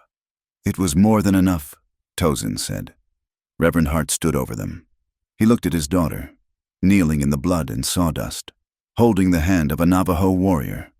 He looked at the door where Mason was being dragged away to the jail. He looked at the strongbox that proved he had been a fool. He opened his mouth to speak, to admonish, to quote scripture, but he looked at Evelyn's face fierce, loving, and utterly unbroken, and he found he had no words left.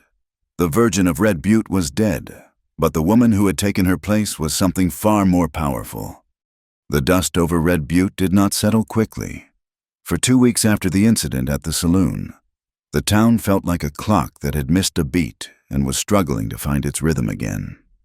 The Great Southern Railroad Company, usually an unstoppable iron centipede devouring the horizon, had ground to a halt. The investigator, Mr. Sterling, had set up a temporary office in the back of the hotel. He was a man of paper and ink, dangerous in a way that guns were not. He froze the assets of the Crowell Ranch. He sent telegrams to Washington, and most importantly, he placed a federal injunction on the water rights of the basin, declaring the land effectively untouchable until a formal hearing could be convened in Santa Fe for the Navajo living on the fringes. It was a reprieve. It was not a victory. History had taught them that victories were rare and usually temporary, but it was a pause in the dying. For Evelyn Hart, it was a strange, suspended purgatory that felt surprisingly like freedom. She walked down the main street, a basket of bread and fresh linen hooked over her arm. The midday sun was bright, casting her shadow long and sharp against the boardwalk. 2 weeks ago, she would have walked with her eyes cast down, terrified of a smudge on her hem or a stray hair on her brow. Now, she looked straight ahead. She passed the general store. Mrs. Higgins, the proprietor's wife, was sweeping the porch. When she saw Evelyn, her broom paused. There was no smile, but there was no sneer either. It was a look of assessment, the way one looks at a tree that has survived a lightning strike. "Good morning, Mrs. Higgins," Evelyn said clearly. "Mrs." Higgins blinked, then gave a curt, almost involuntary nod. Miss Hart. It was a small thing, but it was an earthquake in the social geography of the town. The gossip had been vicious at first. Of course. The preacher's daughter and the savage, the harlot of the cave. But the story had changed as the truth of Mason Crowell's corruption leaked out. Evelyn had stood against a tyrant. She had saved a man's life. The Virgin was dead. That pedestal had been smashed. But the woman who walked in the rubble was far more interesting. Evelyn reached the edge of town, where the buildings gave way to scrub brush and open sky. There, in an old adobe shack that had once belonged to a prospector. Tozin Nez was healing. She pushed the door open. The interior was dim and cool, smelling of dried sage and strong coffee. Tozin was sitting on the edge of the narrow cot, his injured leg stretched out stiffly. He was sharpening a knife, the rhythmic shh of metal on stone filling the silence. When Evelyn entered, he stopped. He looked different. The tension that usually held his shoulders near his ears had eased. He was still a warrior, still watchful, but he no longer looked like a man expecting a bullet in the back at every second. "You are late," he said. His voice was gravel, but his eyes were warm. "Reverend Hart had a long sermon this morning," Evelyn said, setting the basket on the rough-hewn table. "About the prodigal son. He stared at me the entire time." "He thinks you are lost," Tozin noted, sliding the knife into its sheath. "He thinks I have fallen," Evelyn corrected. She moved to the small basin of water in the corner and washed her hands. "But I think I have just climbed down." She brought a clean roll of bandages and a jar of salve to the cot. "Let me see the leg." Tozin shifted, grimacing slightly as he rolled up the loose leg of his trousers. The wound from Mason's bullet was an ugly, puckered thing, angry and red, but it was closing. It was a clean shot, missing the bone, but it had torn muscle that would take months to knit properly. Evelyn knelt on the dirt floor. 2 weeks ago, the sight of a man's bare skin, the smell of his blood, would have made her faint. Now, her hands were steady. She unwrapped the old linen, her fingers moving with a practiced gentleness. "It looks better," she said softly. "The swelling is down." "Grandmother Azan sent more poultice," Tozin said, gesturing to a leather pouch on the table. "She says the white doctor uses too much whiskey and not enough root." Evelyn smiled, applying the dark green paste to the wound. "She is probably right. Dr. Evans is more interested in drinking his medicine than dispensing it." She wrapped the clean bandage around his thigh, pulling it tight. Her hand lingered on his leg for a moment longer than necessary. His skin was warm, rough with the dust of the desert, and alive. She looked up. Tozin was watching her. His gaze was intense, dropping from her eyes to her mouth, then back up. The air in the small shack grew suddenly heavy, charged with the same electricity that preceded a monsoon. This was not the desperate, adrenaline-fueled intimacy of the cave. This was quiet. This was deliberate. Tozin reached out. His hand, large and calloused, covered hers where it rested on his knee. He didn't speak. He just held her hand, his thumb brushing slowly over her knuckles. It was a question and an answer all at once. Evelyn's breath hitched. She could feel her own pulse hammering in her throat. "Tozin, you should not be here every day," he said, though his hand did not let go. "The town talks. They say you are nursing a wolf. Let them talk," Evelyn whispered. She turned her hand over, interlacing her fingers with his. The contrast was stark. Her pale, soft skin against his dark, scarred hand. "I am tired of living for their whispers. I spent 22 years trying to be what they wanted. It nearly killed me." "And what do you want to be now?" Tozin asked. "Free," she said simply, "and useful." She stood up, breaking the contact gently, though her skin burned where he had touched her. She walked to the small window, looking out at the red cliffs in the distance. "Sterling says the railroad will start again in the spring," she said. "But things will be different. The Navajo will have contracts for the labor, fair wages." "Paper promises," Tozin muttered. "They tear easily." "Maybe," Evelyn agreed. "But we are here to glue them back together. I have been thinking, Tozin, about the children." He cocked his head. "The children, the ones at the reservation, and the ones in town, too poor for the academy," Evelyn said, turning back to him, her eyes shining with a new vision. "I want to build a school, not in the church basement. Out here, halfway between." Tozin looked at her skeptically. "A school for both. The town will burn it down." "Let them try," Evelyn said. And there was a flash of steel in her tone that reminded Tozin of the night she had shot the lamp. I have the strongbox money my reward. Sterling said I'm entitled to 10% for recovering the payroll. That is $2,000. Tozin, I can buy lumber. I can buy books. Tozin stared at her. He saw the fire in her. She was no longer the frightened girl shivering under a blanket. She was a force of nature. You are stubborn, he said, a smile tugging at his lips. Like a mule in deep mud. I will take that as a compliment. Evelyn laughed. It was meant as one, he replied softly. That night, the wind picked up. It howled down from the mesas, rattling the loose boards of the shack and whistling through the cracks. It was a lonely sound. The sound of the vast, empty west. But inside the shack, the lantern cast a warm, golden circle of light. Evelyn had not gone home at sundown. She had brought a bottle of wine stolen from her father's sacramental supply, a small rebellion that tasted sweet, and a loaf of cornbread she had bought from the Navajo women who were now allowed to trade in the square. They sat at the small table, the bottle between them. The shadows danced on the walls. They had talked for hours. They talked about his brother, about the war, about the books Evelyn used to read. They talked about the scars on his back and the invisible scars on her heart.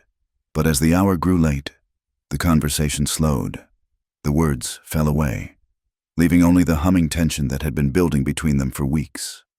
Tozin took a sip of the wine. He watched her over the rim of the cup. Her hair was loose, falling over her shoulders in honey-colored waves. She had unbuttoned the top collar of her dress to breathe in the stifling room.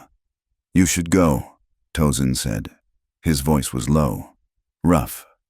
If your father finds you are not in your bed. My father knows I am not in my bed, Evelyn said. She swirled the wine in her cup, watching the red liquid coat the glass. He locked the door at sunset. He told me if I went to see you again, I should not bother coming back.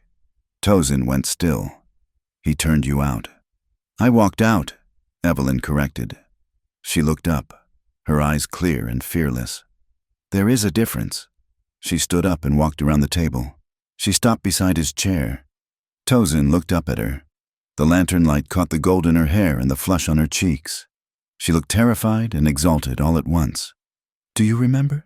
She whispered. What I asked you in the cave? Tozin closed his eyes for a second, as if he was in pain. I remember.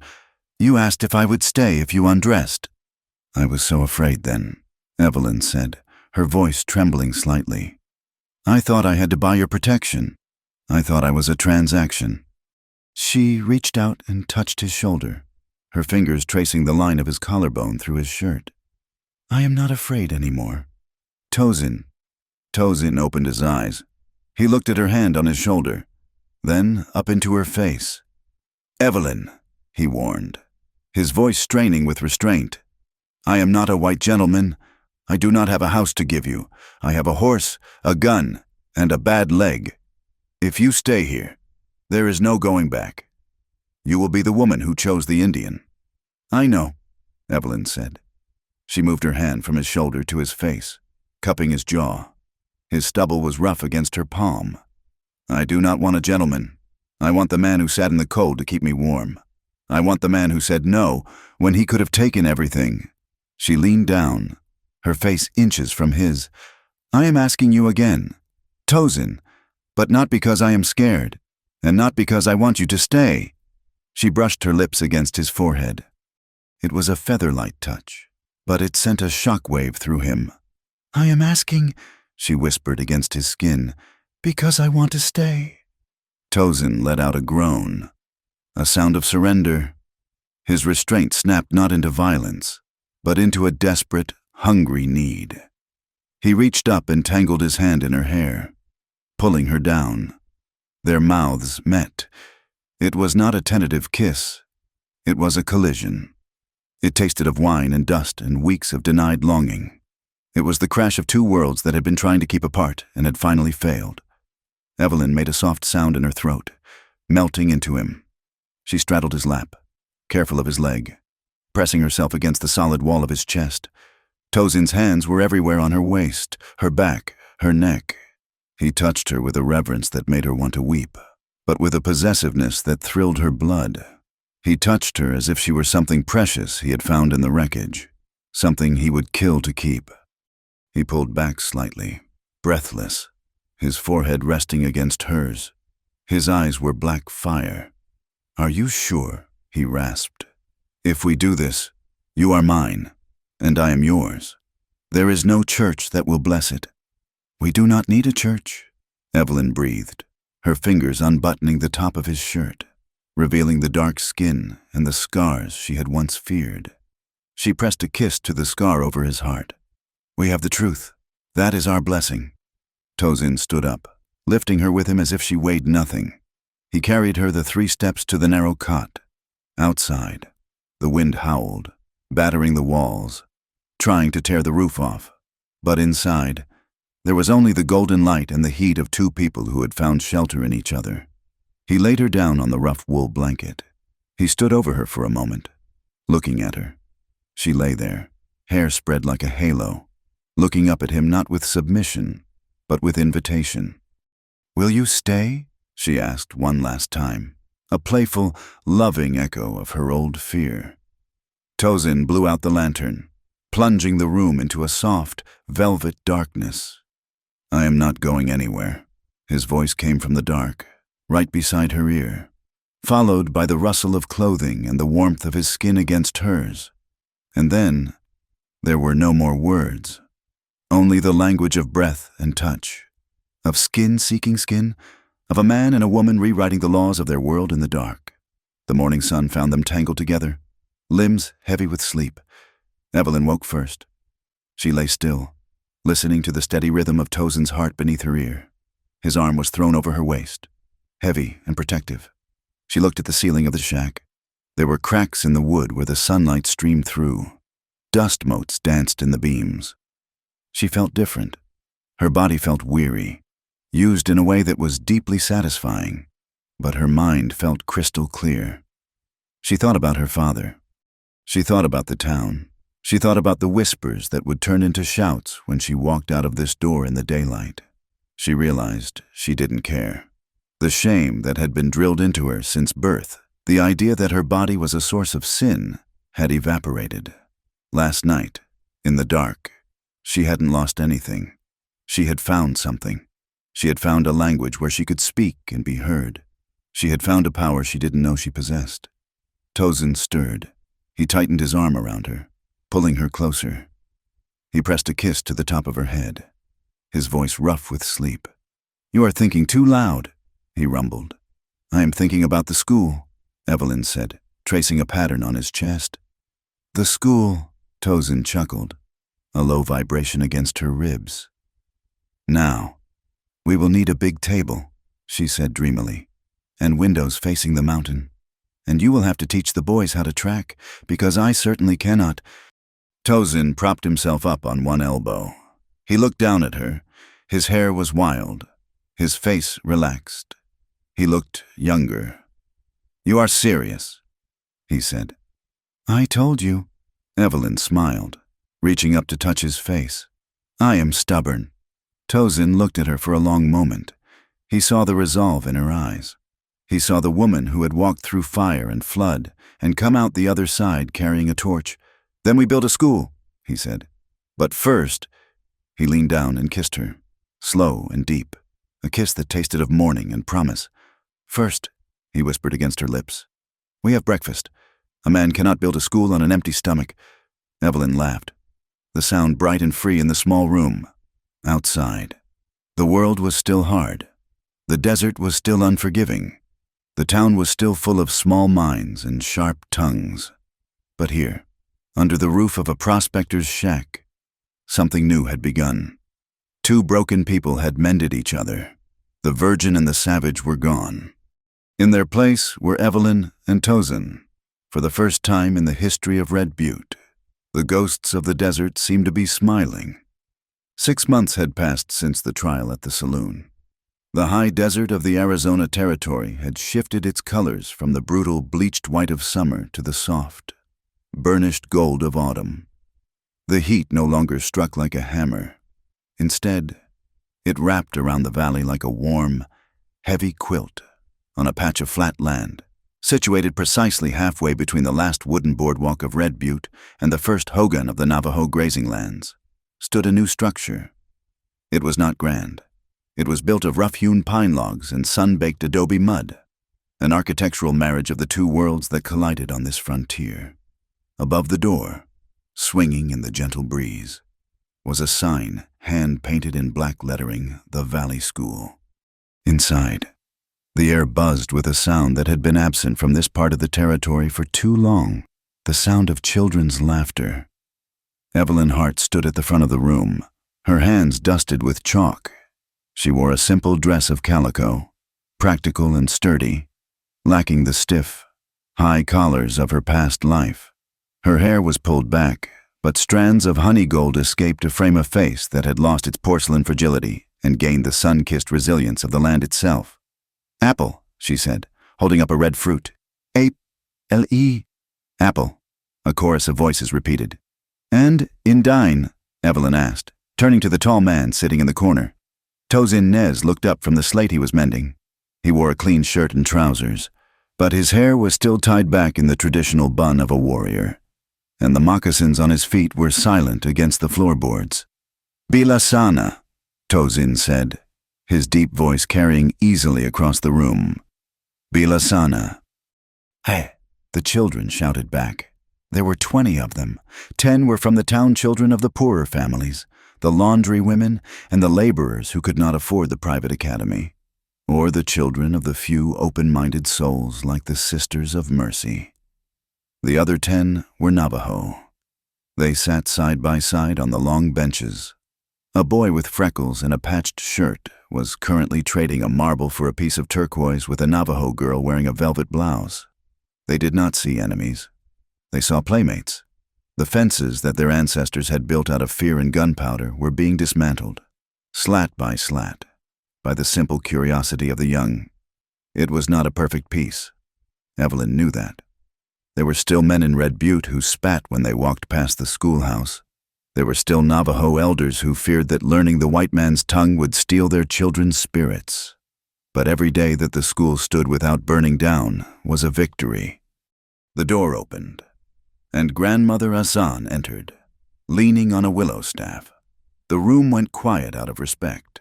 She moved to the rocking chair Evelyn had placed near the wood stove. She began to speak in Dine, her hands weaving shapes in the air. She told the story of the spider woman who taught the people to weave, and how the threads of the universe connect us all. Tozin stood and translated, his voice flowing like water between the two languages. Evelyn sat at her desk, her pen scratching across paper, recording the story. She was preserving the history that men like Mason Crowell had tried to erase. Through the open window, Evelyn saw a figure standing at the edge of the schoolyard. It was a man in a black coat, holding a Bible. It was Reverend Hart. He did not come closer. He stood by the hitching post, looking at the building. He looked older now. His posture stooped, the fire of his righteous indignation dimmed by the reality of his loneliness. He watched the children pour out of the schoolhouse for recess. He saw a Navajo boy help a white girl who had tripped in the dust. He saw his daughter, Evelyn, laughing as she organized a game of tag. He did not smile, but neither did he turn away in disgust. He watched for a long time, witnessing the fruit of a tree he had refused to water. When Evelyn looked up and met his gaze, he gave a stiff, almost imperceptible nod. It was not an apology. Thomas Hart was not a man who apologized, but it was a truce. He accepted that she was no longer his to command, and perhaps in the quiet of his own heart, he recognized that she was doing God's work better than he ever had in his pulpit. Then, he turned and walked slowly back toward the town, a solitary figure against the vast landscape. That evening, as the sun began its descent, painting the sandstone cliffs in shades of violent orange and deep violet, Tozin saddled 2 horses. "The work is done for the day," he said, waiting for Evelyn by the door. "Come, I want to show you something." They rode out toward the west, away from the town and the school, toward the ridge that overlooked the dry wash. It was the same place where the flash flood had nearly taken them, the same place where their lives had been irrevocably knotted together. The wash was dry now, a ribbon of pale sand snaking through the darkening earth. The 3 dead ironwood trees still stood sentinel, but they no longer looked like markers of a grave. They looked like survivors. They dismounted and walked to the edge of the cliff. The air was cooling rapidly, carrying the scent of sage and distant wood smoke. Tozin looked out at the horizon. He stood differently than he had 6 months ago. He was no longer a man caught between 2 worlds, belonging to neither. He was the bridge. The army respected him because he spoke the truth. The Navajo respected him because he defended the land, and the woman standing beside him loved him because he was whole.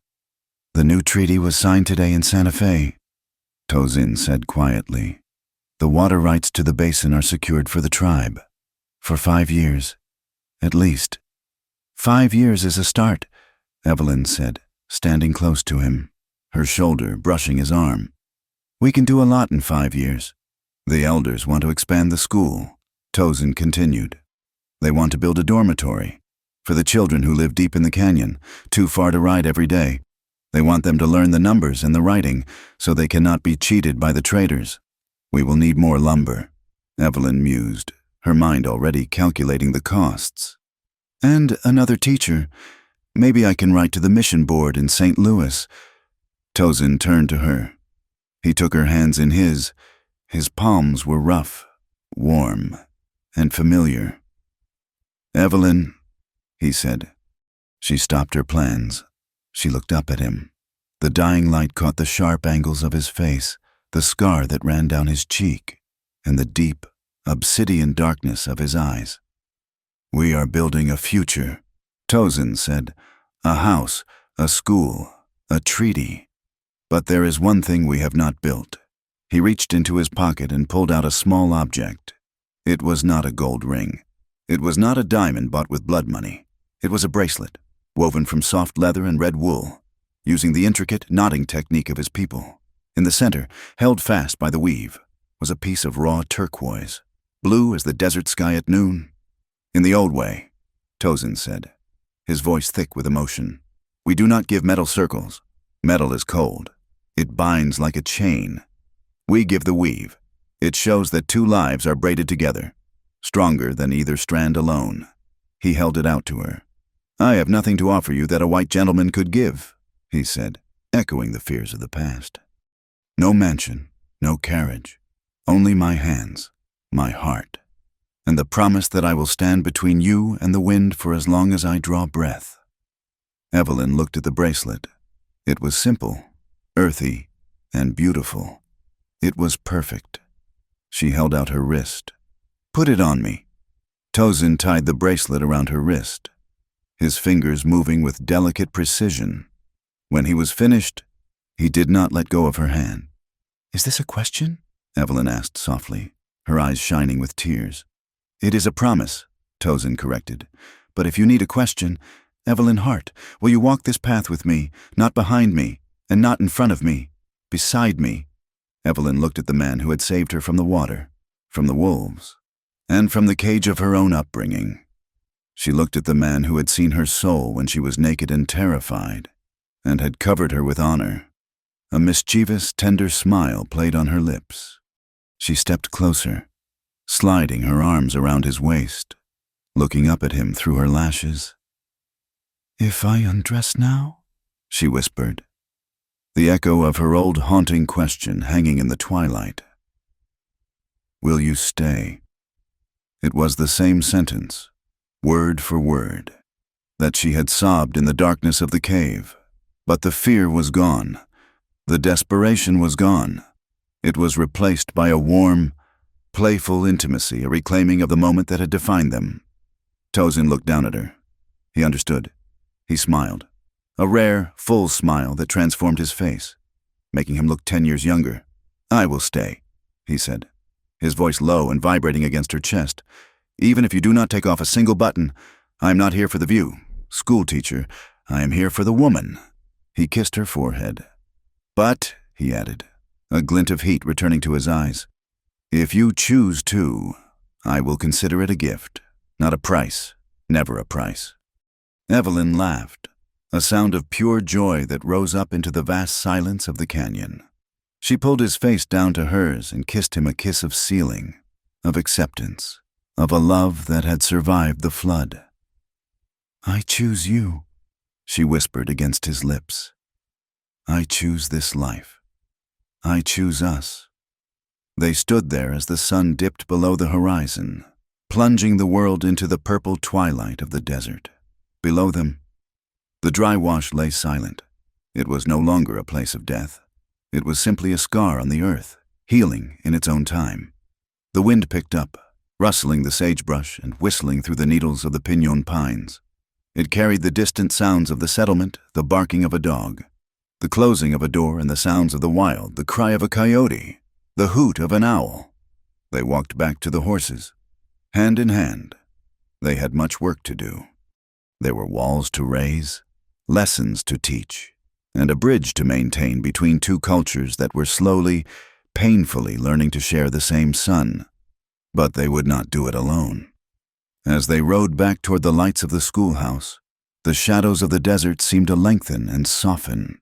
The spirits of the land, the ancient ones who had watched the battles and the betrayals, seemed to settle. This time, the ghosts of the desert walked beside them. Not between them. The past had not vanished. It was written in the scars on Tozin's back and the memories in Evelyn's heart. But it had been placed where it belonged in the earth, beneath the foundation of something new. Thank you so much for listening to this story. Will you stay if I undress?